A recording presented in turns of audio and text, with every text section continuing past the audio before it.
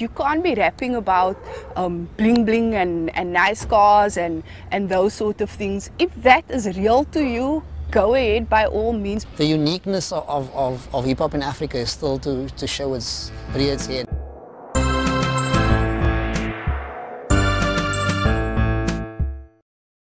Hip-hop is not bling bling, gangster ass swinging, pump, blunt smoking, snoop, snoop. Hip-hop is not hydraulic lowriders, G-strings, big budget music videos. Killer Dogs 18 inches, world fame MTV, ODB and all things jiggy. Hip-hop is not disrespecting to women or those with less power or less money or less whatever. I think I was about, I don't know, 11, 12 years old, just listening to tracks. It was just something different. I never heard it before. You know, you had your usual songs and stuff where people are singing or, you know, doing all kinds of stuff, but the rap part was kind of interesting to me. I never actually wanted to be an MC. I always wanted to be a breaker for some reason.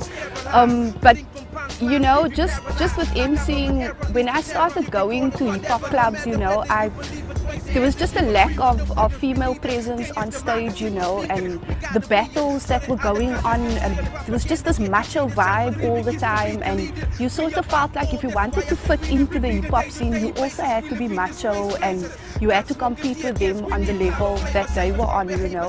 So I forced myself into it. I always wrote poetry and that evolved into rap songs eventually.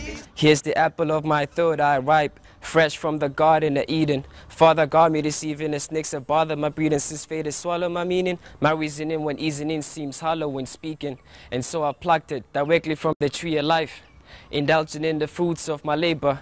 Since food be the savior for such a starving artist, I'll be honest, I'll be modest, receiving my mother's promise. One keeps the aching away, regulating my stress levels in between the bass and treble. Even at the eve of destructions, I'm quite adamant, adequate, addict at its best. Won't follow where Adam went. So as I clear my throat, best approach with letters note. My man, not on this matter, shatters that I gather misconception on my anecdote with this ill approach when speaking it. I have you scheming for my antidote. Hip-hop, you the apple of my third eye. Words I write, it's just a sample of my gratitude. Hip-hop, you the apple of my third eye. Swear to never take a bite with Adam's attitude. Listen, hip-hop, you the apple of my third eye. Words I write, it's just a sample of my gratitude.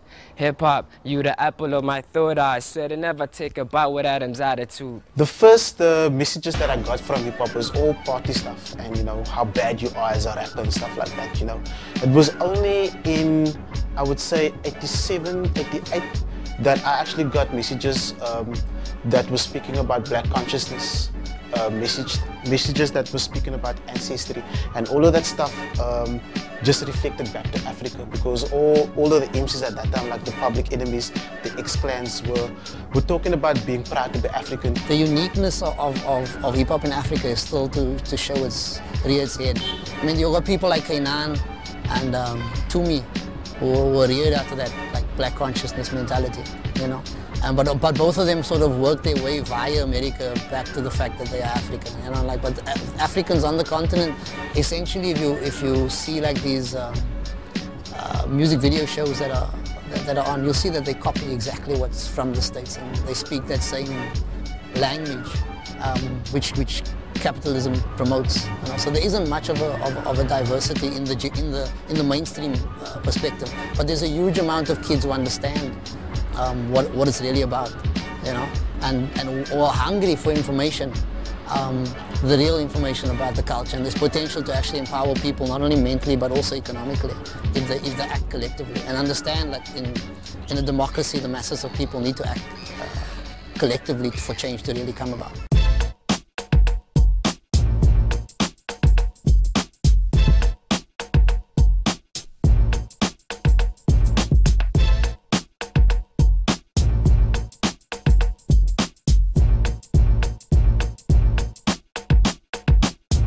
Sandstorms and dust clouds, that is how we bust out. You can't afford the rush now, shut the dirty mouth now. You thought it was a club sound, we're waking up the dumbfound. Chasing the K-Town, they couldn't all our way down. A new drum marching in. The freedom of expression, you know, there's not lots of there aren't in a lot of, I don't know, mediums where the youth can express themselves in such a way. Whereas in hip-hop, all around the world, you'll find that the youth are very entrenched in it, and they really believe in it as a medium to express whatever feelings they have, emotions or thoughts that they might have. So that's what really drew me into the hip-hop thing.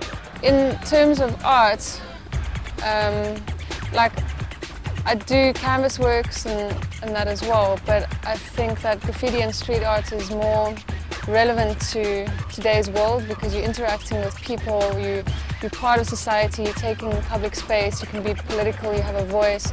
It's interactive, it's not just putting it in a gallery, and the art scene kind of just talks to itself a lot, whereas the graffiti is more of a youth culture, and it's an experiential art. Hip-hop, of course, has the 5 elements, so it's one of those.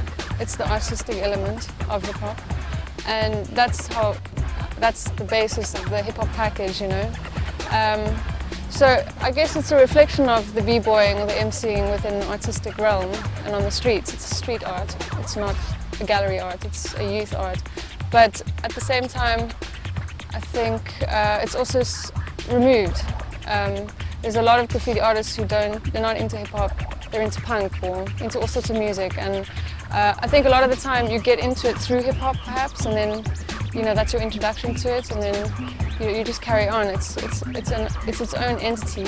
Marketing, hard dog, bomb drop, you better get your guards up. We got hip-hop, hit them in the weak spot. They thought we couldn't keep up, and now we turn the heat up, and now we gotta big up, and now we gotta stick up. Lick a shot and let them know that it started again. When my pen send men off into the deep end, smashing intent, accident, big bend. We've been busy prophets of the city. Keep it where the year, we get them busy. When I'm splitting, take it back to the beginning, cause they're feeling what they're feeling. Don't make us start no fires, burning with desire. Turn it into riots, I'm so wired, far from quiet. Don't make us start no fires, burning with desire. Turning into riots, I'm so wired, far from quiet. Represent the issues of the continent. You can't be rapping about bling bling and nice cars and those sort of things. If that is real to you, go ahead by all means, but we've already been told that we're imitating a culture that doesn't belong to us, so don't imitate what they're saying as well. Use the creativity and the access that you have to people that need to hear what you're saying. So many facts, stats, figures and statements, collapsed pictures, a matrix of fixtures, advertising signatures on billboards, not to mention newspapers I can't even afford to tap into the source of vital information. It's like a multi-corporation wants complete invasion of my senses. I sense this game of rands and cents complain when brands can't lend their name and space to setting up new trends. Campaigns offend public and individual expression. Again, my opinion is only in recognition when statesmen or politicians end up in my position. Neutral indecision confronted by critical and analytical judgment. That's typical of liberal-minded, right-wing, politically biased organizations that fight things over wires. Media controls the desires of the norm. Seems as if it owns empires. Support their goals by trading in arms and making loans. It reminds me of mental slavery from minds cloned.